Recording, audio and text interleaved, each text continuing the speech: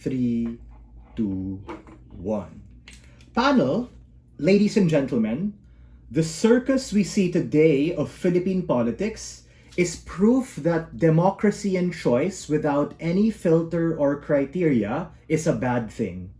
When we see boxers, comedians, actors, and heck, even convicted plunderers running for office and giving people a chance and agency to choose these people who do not have an adjacent experience or even have a very, very limited exposure of how politics in the world works is problematic, and we think that's a disgrace.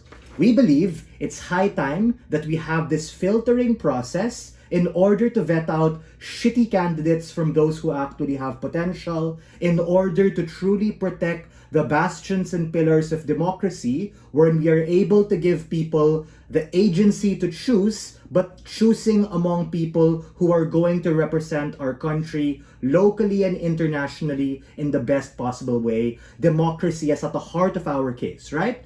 A couple of things we think are relevant to this debate so the round doesn't explode. Number one, this is a value judgment debate, but of course it needs some sort of model to be able to explain what's going on. And we tell you that the standardized political proficiency exam is akin to any kind of like civil service exam we have in status quo for diplomats or people in certain fields of politics. And we think that this is parallel to that. And if that does exist, we think this should apply to all of these particular positions as well. Whether you're applying for the highest position in the land or whether you're applying to be a councillor or a mayor, you need to have this basic understanding of general education and things that work. Secondly, we think that this passing score is going to use whatever passing score we'd have in like Dep Ed or Ched, whether that be 70%. I implore side opposition like not to nitpick and be like, oh, what's the passing score? It's going to be like 50, 60. No, whatever we have in schools, we're willing to bite the bullet that sure, we might need to adjust these in some instances, but you get the point, there has to be a cutoff.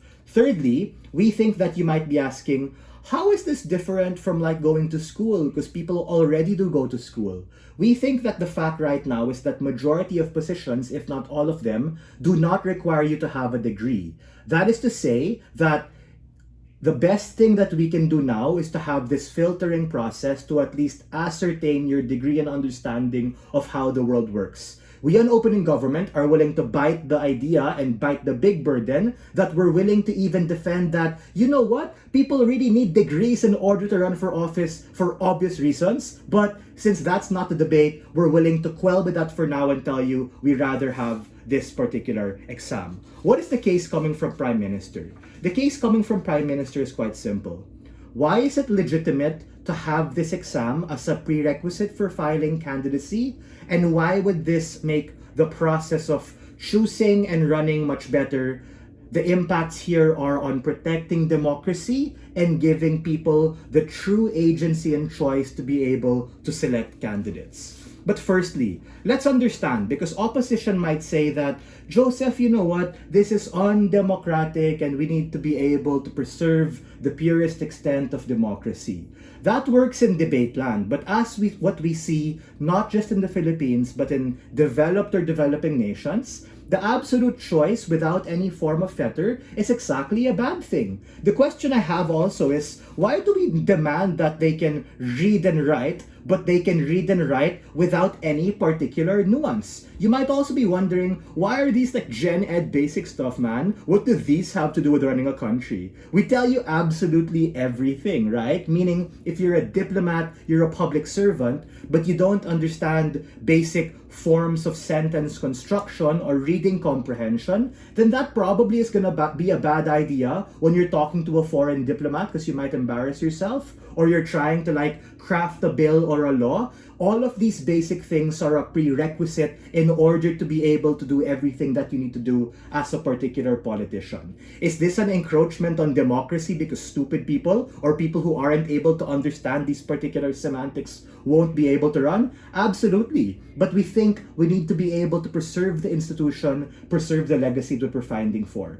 Next, they might say, Joseph, this is anti-poor, people don't have an education, they might not be able to do it. Well, we think that We're also willing to say that this exam is going to be free, meaning you can take it. We won't have any like really hassle prerequisites. But if you want to be a public servant, this is the burden upon you. We see many disenfranchised people in the Philippines figuring it out and making it away when they rise above the ranks of being like a janitor or someone in a very disenfranchised community to being a bar passer, ladies and gentlemen, while working their job. So I don't think an exam is going to like destroy your ability to strive for your career. This is the baseline expectation we ought to have in order to field candidates. Next, they might say, well, Joseph, this won't do anything, right? It's just one kind of exam. Knowing geography and general ed won't particularly change the outcome. We think that in its mildest form, what happens on our side is that we have this basic filtering mechanism, but at its core, we're able to just screen out really, really bad candidates. But before 6, I'll take anyone. Closing, do you have anything? 1, 2, 3. Opening? 1, 2, 3. Cool. So the next part of this argument is explaining how exactly this filtering process leads to better agency of people to be able to choose and actually protects the idea of democracy. It is because being able to choose without any form of capacity or fetter is exactly where that choice goes AWOL, because we recognize that many people in these particular societies are also uneducated and may also be susceptible to like groupthink and biases and vote buying and all that like stupid badut shit that you see in status quo, because it's all like entertainment. But at least we're able to filter these particular options of people. We think that this particular barrier is going to filter out these particular people, and they also might say, well, it might not reach the grand impacts, meaning we're still gonna have bad politicians. Sure, we're not saying it's gonna be perfect, but at least we're gonna have some sort of filtering baseline. Because I think, as an average reasonable person, an ordinary intelligent voter, this particular person who understands math, who understands science, is super important in order to be able to understand how it's like to write a law, craft bills, create budgets, disperse budgets, and deal with particular people.